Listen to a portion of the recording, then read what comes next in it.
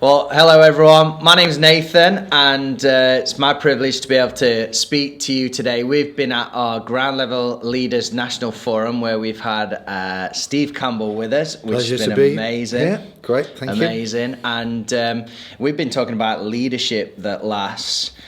Steve, why don't we start with one, what church do you lead and how long have you been in leadership? Wow, I lead the C3 Church, which is based in, it's a multi-site church, so we've got 4 locations now, online, because everyone's there, aren't they? Come on. Cambridge, Bury St Edmunds and Colchester. Great.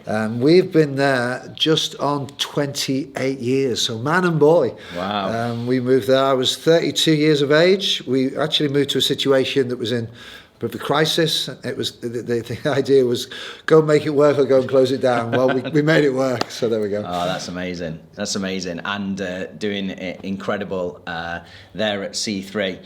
So you just spoke a session on that title, kind of leadership that lasts. Yeah. Firstly, I wanted to just pick up on something that you said, and maybe you could just explore it a little bit more for people who are listening. The importance of who you do life with. Yes. You shared a story about Angie, your wife, sure. Really encouraging you in a season where you were feeling low. Just talk to people about that importance of who you do life with. Yeah, I mean, I think we go right back to the beginning of Genesis where it says it's not good for man to be alone. I've never read that and thought, and the answer was marriage. I think the answer was community. The whole intention of Adam and Eve getting together was they didn't stay as Adam and Eve, that it grew and became the family community, the wider community. So I think community is in the heart of God because He is a community, Father, Son, Holy Spirit. So everything we do has to be framed within that. If we're unhealthy, we'll disconnect from community. Anything healthy integrates with the wider community. I mean, you see that in nature, you see that in relationships and your own mental health, those kind of things. We tend to recoil if we're not healthy, but we know we need to lean in. So I think everything we do, we need to do it together. And I think we can have more say into that than we probably think. There's certain people you connect with, and I think maybe that's something of a divine appointment, something, the Bible talks about deep calling to deep. There's a synergy you've got there. Now, I think that can be developed then. You can either recoil or lean into it. I was talking on the day here how I'd felt like quitting, and it was the importance of my wife's voice. It wasn't just my wife, others around me that were saying, honestly, don't believe now is the time. You may need to adjust some things or step out for a while, but don't quit. So absolutely vital, the friendships, the community. One of the things I said at the end in there was Jesus sent the disciples out 2 by 2. The only one that went and did something on his own was Judas. And we know what Judas went and did, So it's there, I think, right from the beginning. It's there, Jesus sending the disciples out. We need to do ministry. We need to do life in community. No, I think that's amazing, and a real encouragement to us, even off the back of the season that we've been in, to connect back into some of that community. Absolutely, because the season has been more isolating than anything, and we can get used to our isolation. But I think we need to realise that isolation is abnormal, and not get used to that and make that everyone's using the term new normal. But we were made for community. We were made to connect. No, it's great. And one of your points that I kind of want to pick up on is the whole thing around knowing your grace zone. So in leadership that lasts, your point was know what you're grace for and stay in your grace zone. As a leader, like, how do I recognize what is my grace zone? And then also, is there any encouragement and anything that I can do to intentionally stay in that grace zone? Great question. By way of identifying your grace zone, I think there's 2 I can think of straight away. Number 1 is you will know what energizes you.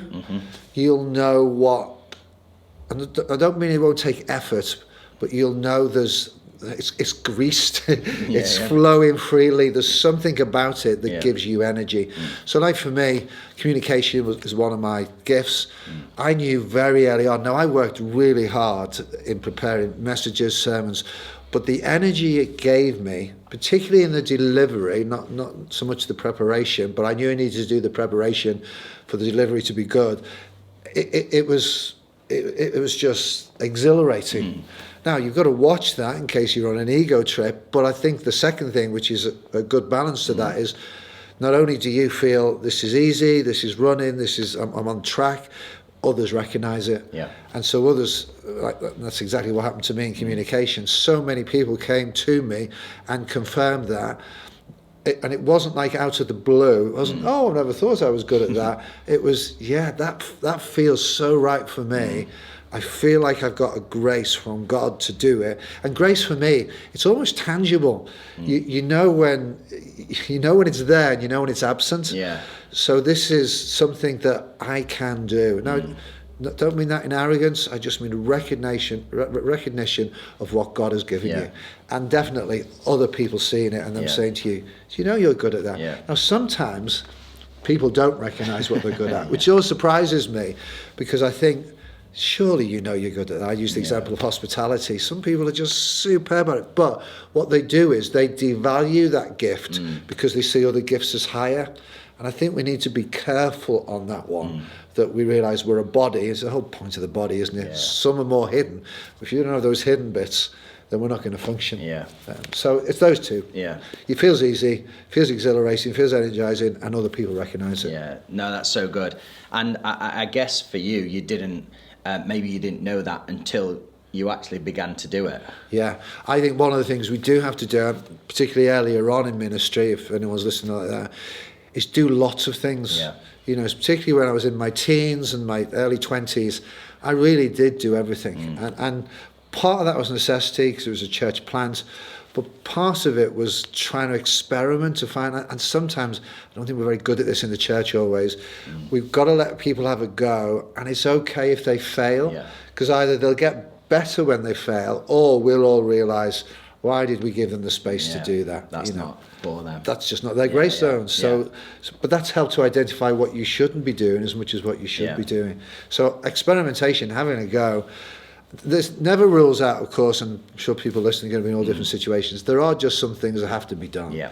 You know, in any family you do that. So we don't want to get into a prima donna attitude. You know, I use the example in there, putting out the bins. It's not below me to put out the bins. No. You know, how can I say that? But there are other things at home.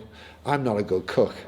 Yeah. But my wife is. Now I learn and I do cook, and they all mock me and my family when I do. But it's not as good as my wife, because she clearly is. She's more interested in it. But there are other things. I happen to do the finances at home. It's not a male-female thing. No. It's just we've found out where do we better fit. Yeah. And so I think you have to do that. No, that's amazing. Well, big thank you, Steve. Pleasure. Always for good chatting to us, and it's been so great to have you at the Leaders National Forum. And if you are listening to this, subscribe, follow, do whatever. Get in touch with Ground Level. You can find out all future events there. But we'll see you next time on YouTube.